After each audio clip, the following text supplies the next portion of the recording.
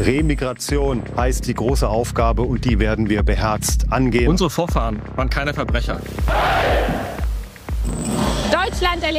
Germany is seeing a shift to the right. People here are protesting against the far right because they're afraid that history could repeat itself.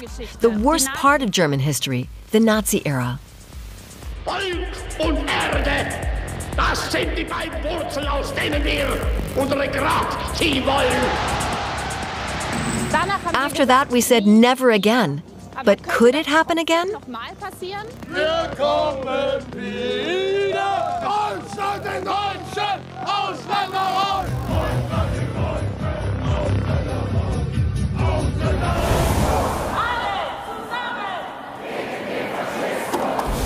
Gegen den unerträglichen Rechtsdruck in Deutschland aufzustehen und gegen die AfD zu protestieren und I'm in Frankfurt. 35,000 people have gathered to protest, following revelations of a secret meeting of far-right groups, including the Alternative for Germany Party, or AfD. I think people need to understand. Those who are now voting for the AfD, for example, either in protest or simply because other parties aren't strong enough, they need to be aware that this was what motivated people in the past, too. They said, we are not right-wing, but, and this and that, but, and the exact same phrases are being used now. People are saying and thinking the same things, and it will ultimately lead to the same result. I feel like we're on the cusp of 1933. I study history a lot, and we're almost at that point. I think we're at a similar moment where society could turn. It's very, very important to remember. We learned our lesson last time, and it's time to wake up. Can we really compare today to then? To find out, I'm heading to the city of Weimar, where Germany's first democratic constitution was signed in 1919. In the years that followed, Adolf Hitler's Nazi Party became established too. His seizure of power in 1933 marked the end of the Weimar Republic and its democracy. Weimar is a place steeped in symbolism, which Hitler exploited for his own message. As early as 1926, the Nazis held a major party conference in Weimar.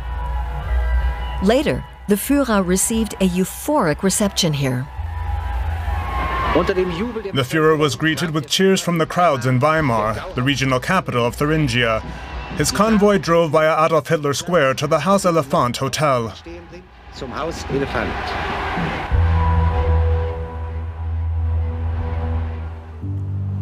I've arranged to meet Franka Maubach. She's a historian, and the Nazis, or National Socialists, are her specialist field, particularly here in Thuringia. I asked her if history could repeat itself. No, I don't believe that history repeats itself. I think these kinds of analogies are important because they can highlight the fact that our society or our politics may be in danger. They can reveal a potential threat to democracy. They show that democracy can also fail, and that democracy can fail suddenly. But there are major differences between German society in 1933 and now in 2024. And that means any analogy quickly reaches its limits. So what exactly happened in 1933? On January 30th, the Nazis paraded through the center of Berlin. They had finally made it into the government. Although the National Socialists got just 33% of the vote, Hitler was appointed chancellor. The conservatives brought him into the cabinet, believing they could keep him in check. But Hitler had already made it quite clear what he would do once in power. Ich habe mir ein Ziel gestellt, nämlich die 30 Parteien aus Deutschland hinauszufegen. In February 1933, a fire at the Reichstag Parliament building allowed Hitler to get an emergency decree passed, suspending civil liberties. A campaign of intimidation and a huge propaganda drive helped the Nazis win the national election a month later. They then passed the Enabling Act, allowing Hitler to rule by decree and bypass Parliament. Er gab Thüringen, grüßt dem Führer, Deutschland ihm Sieg! Hitler was a dictator. Within a few months, all other parties were disbanded. The Nazification of Germany, or Gleichschaltung, as Hitler called it, had begun.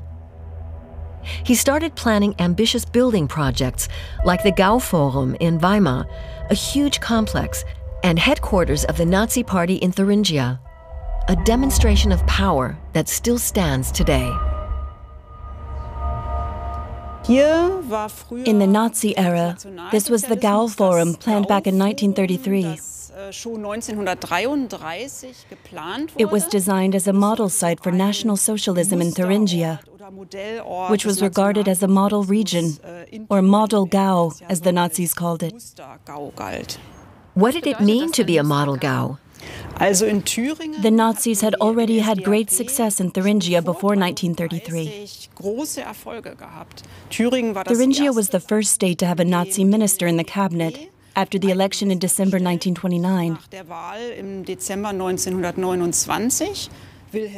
Wilhelm Frick, who later became Hitler's interior minister at the national level, was first interior minister here in Thuringia, in a conservative coalition.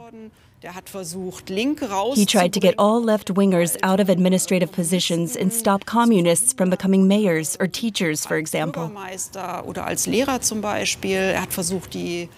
He also had the portfolio for education, where he tried to reshape the culture to bring about a kind of national socialist transformation of society and politics.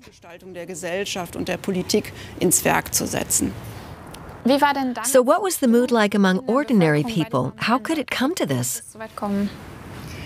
I think many people had a real sense of crisis after the First World War and the economic crisis that followed it. Germany suffered hyperinflation in the 1920s. And at the end of the 1920s, there was a major economic crisis, actually a global economic crisis. The political situation in Germany was very unstable too. There was a general feeling among the population that they were sinking into chaos. And Jews, for example, were blamed for this, as were those on the left of the political spectrum. They were accused of plunging the Republic into even deeper chaos. So people were just hoping that the Nazis would bring about a return to a secure and orderly society.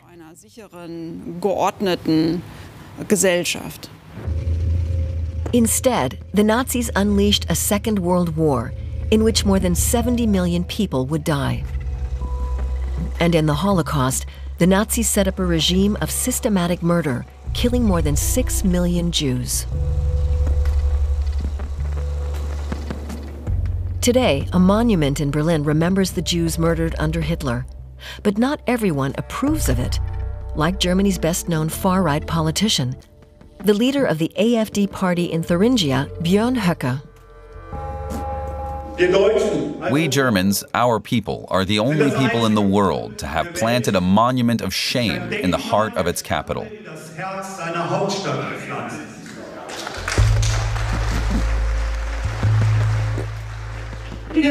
We will take back our Germany bit by bit.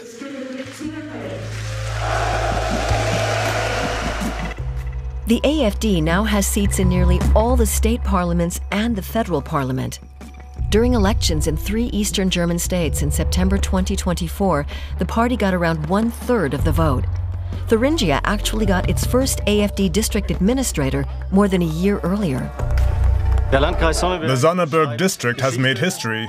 The AfD is now a mainstream party here in the region, in Thuringia and in Germany as a whole. Sonneberg was a stronghold of the National Socialists in the early 1930s. So comparisons are bound to be made. And perhaps there could be something like a right-wing political culture that has remained more or less underground. But I think the analogy should not be overstated. Because I would say that the AfD's electoral wins are taking place in a different society. That's reflected in the demonstrations against the far right in many cities in Thuringia, in Jena and Erfurt, but also in Weimar and other smaller cities. So this civil society that established itself after German reunification needs to be taken into account. One man who's been observing political developments in Germany all his life is Gerhard Baum. He was born in 1932 and grew up under the Nazis. He was Germany's interior minister in the late 1970s and early 80s and had to deal with the left-wing terror group, the Red Army faction. How do you see the current shift to the right in Germany? Throughout my long life, I've never seen such a concentration of problems and threats as we have now. There have always been extremes. There have always been extremists. But there has never been such a concentration of racists. And that is the difference between people who hold extreme opinions and those who represent an aggressive form of racism. That is the hallmark of the far-right AfD party and others in this country. The growth of the right wing and right-wing extremism is by no means limited to the AfD. It's present in wider society. It is also present in the middle classes. And this fundamental belief that the people need to be defended, and some are presumptuous enough to define who the people are, this is absolutely against the Constitution. The Constitution states that the dignity of every human being that lives here must be protected. And anyone who negates that, like the AfD, is acting, as the Constitutional Court has ruled, like the Nazis. It's quite clear, as National Socialists, we've been living under a ban since 1945. If we can't do anything in a straightforward way, at a normal parliamentary level, because they won't let us, then we have to take a roundabout way. This includes creating front organizations or using the democratic mechanisms available to become a political force in this country. This archive footage is from the 1980s. Here, neo-Nazis in the central German state of Hesse were quite open about their desire to turn back the clock to 1933, using democratic mechanisms just like the Nazis did. Ein dreifach kräftiger Sieg! Heil! Sieg! Heil! Sieg! Heil!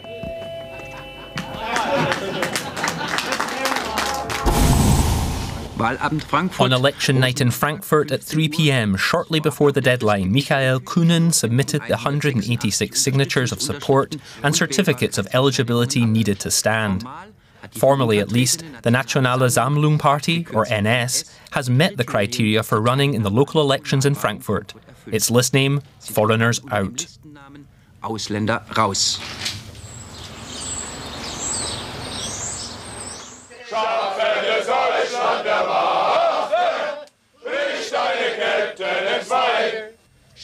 Giving a Hitler salute is illegal in Germany. They called it a Kühnen salute instead. Michael Kühnen was a leading neo-Nazi in West Germany in the 1980s. Comrades, so long as you don't allow yourselves to be stopped, we'll be unstoppable. And I'll be unstoppable as long as you have faith in me. But in the end, there will be a revolution, and it'll be more radical than last time.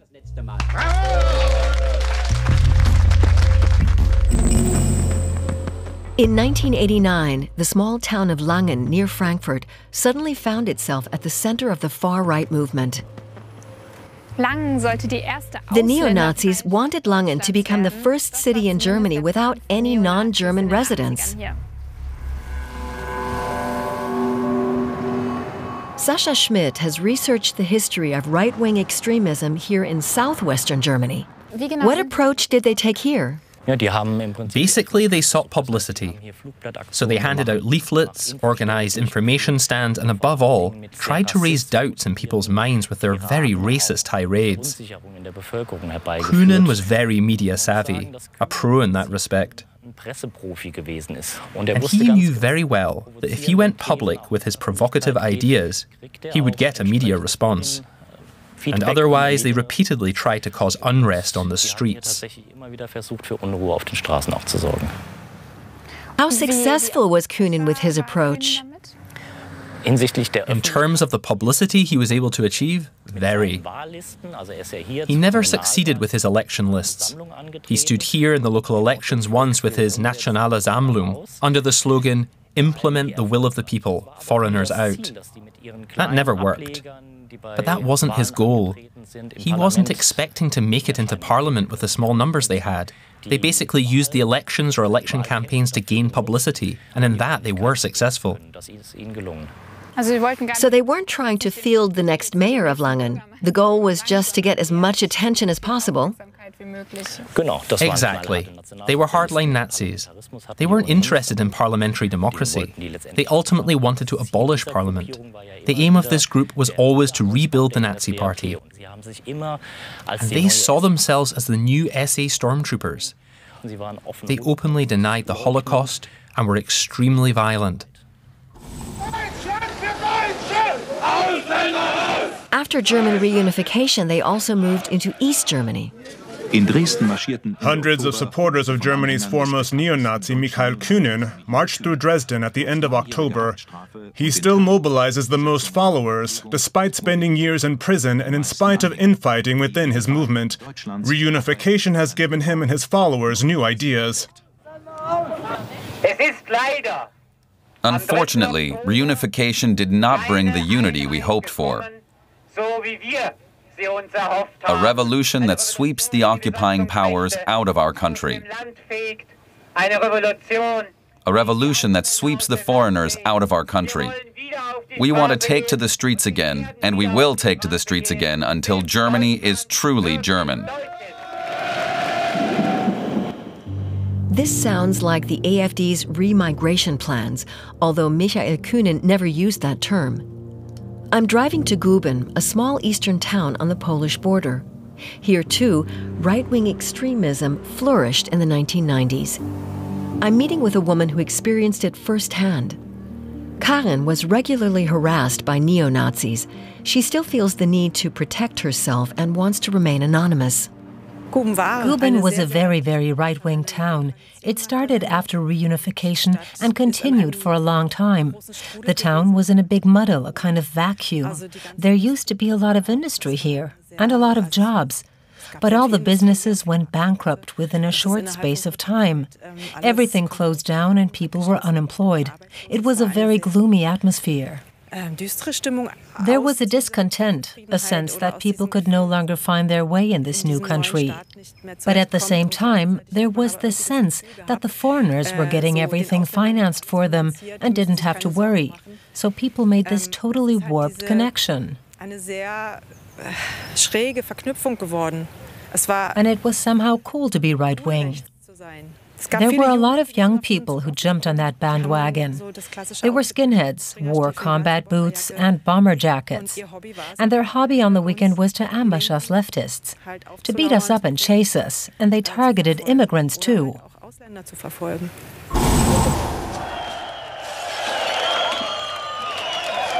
In August 1992, right-wing activists in the eastern city of Rostock lashed out at migrants. On Mecklenburger Allee, hundreds of neo-Nazis, skinheads, and other rioters attacked the central reception center for asylum seekers in the state. They shouted abuse, beat people up, and threw Molotov cocktails. It's just me and my compatriots here in the house. We're at our wits' end. The spectators applauding are the worst. They incite or encourage the extremists even more. And they give them protection when the police move in.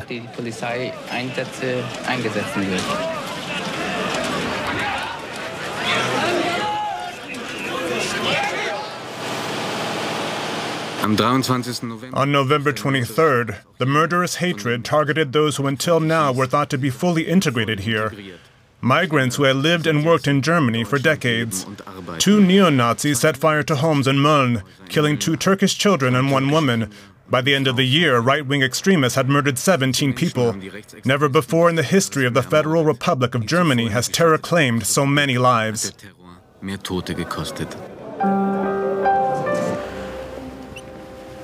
Many were deeply shocked. Protesters formed chains of lights in cities across Germany to take a stand against far-right terrorism. In Munich, more than 400,000 people took to the streets on December 6, 1992. Yet that same night, the government agreed to tighten Germany's laws on asylum.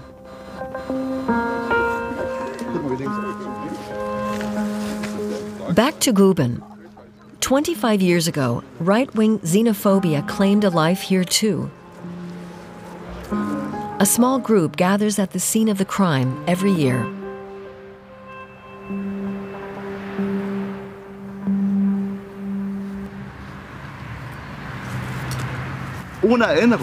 Without remembrance, we cannot learn from history. That is why we're here today. Of course, to remember the murder that happened, and I call it murder. And also to warn that it must never happen again. Police in Brandenburg are investigating a group of right-wing youths who are being blamed for the death of an Algerian asylum seeker in Guben. The case made headlines across Germany. Algerian asylum seeker Farid Gwendoul was chased down by 11 youths.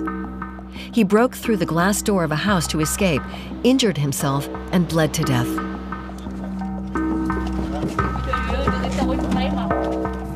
The youths were known to be right-wing extremists and were not afraid to show it in court. They came in their trademark bomber jackets and combat boots.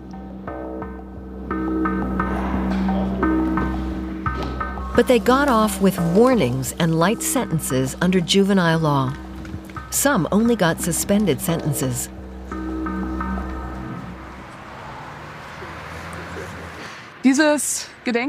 We always use this commemoration to highlight the current activities of neo-Nazis and the racist discourses that are gaining strength in the center of our society. And there are still blank spots on Germany's map where there have been no anti-Nazi demonstrations, either because the kind of people who would want to organize them have left, or because people are too afraid. That would certainly fit with the answers we got from tradespeople when we asked them to support the demo. Let me quote some to you. I support your cause. I think what you're doing is good, but I'm afraid that my store will be burnt down. Or I'm afraid that someone will come and smash my windows. People no longer dare to stand up publicly for the values that should be universal. The mayor of Guben is also here. Is democracy working here in Guben if people who speak up fear for their own well-being? I don't believe any member of the city council here would be afraid to express their opinion. It may be different among tradespeople. They're worried about their clientele. If 20 to 30% actually vote for the AfD, those are of course potential customers. So I can understand business people who say, I'm going to stay out of politics to a certain extent. Guben has 20,000 inhabitants. 300 people attended the demonstration against right-wing extremism. That must feel very different to demonstrating in a big city with tens of thousands of people. Karen was also there. Last week at the demo that we organized, there were about 15 to 20 Nazis present who, in my opinion, are willing to resort to violence. They wanted to disrupt the demo, and I think their aim was to break it up, to go in there and intimidate people and separate them.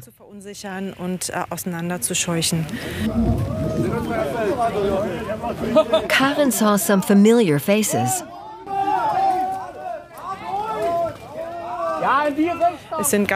They're normal members of society. One of the people who was there is a lay judge at the district court, another is a dental assistant. These are people you can meet at any time. Guben is a small town, so you're bound to run into each other here. What's that like for you? It means that when I go shopping, for example, or when I'm in a public place, I'm always looking for indicators that might tell me if this person could potentially be a threat. I'm wondering what their political convictions are. But it's no longer as easy as it was in the 90s. In the 90s, it was very easy, but today's Nazis no longer wear combat boots with white laces. They are much better disguised. And they are building up structures, their own think tanks, networks, and channels. Have they already arrived in the middle of German society? Is there a genuine risk of the country repeating its Nazi past? I'm back in Thuringia to meet Stefan Kramer, the head of the Regional Intelligence Service. He should be able to tell me if I need to be worried. What is the greatest threat to our society in terms of the far right? We have an entrenched right-wing extremist movement, not only in Thuringia, but in the whole of Germany. The bad thing, or the dangerous thing about it, and what makes it different from previous years, is that the right-wing extremists are now working together in a coordinated manner. And over the past several years, this movement has started conquering more and more areas of society, culminating in the fact that the AfD is now not only represented in nearly all state parliaments, as well as in the federal parliament, they're also getting respectable parliamentary majorities. In recent years, the far right has managed to create a climate of fear, to the point of conducting purges, some of which are already being carried out in mayor's offices and district councils. So only those who fall in line are rewarded, so to speak. Basically, we now have a situation where the party, supported in some cases by a third of the electorate, already has such a majority in parliament that they end up taking on government responsibility, or at least helping to shape the government agenda.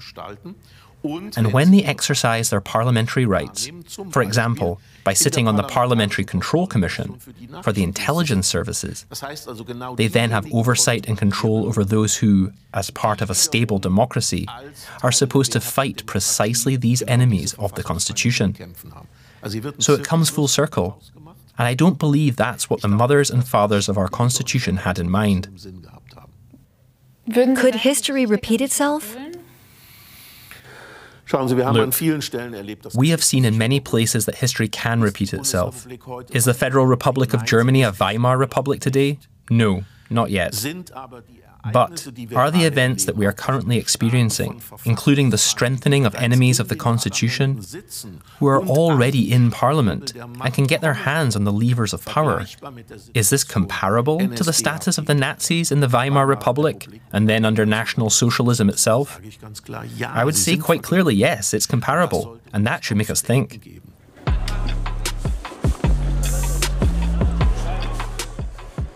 At the start of my research, I thought these comparisons to 1933 might be a bit far-fetched. But now I realize it's a scenario that is not implausible.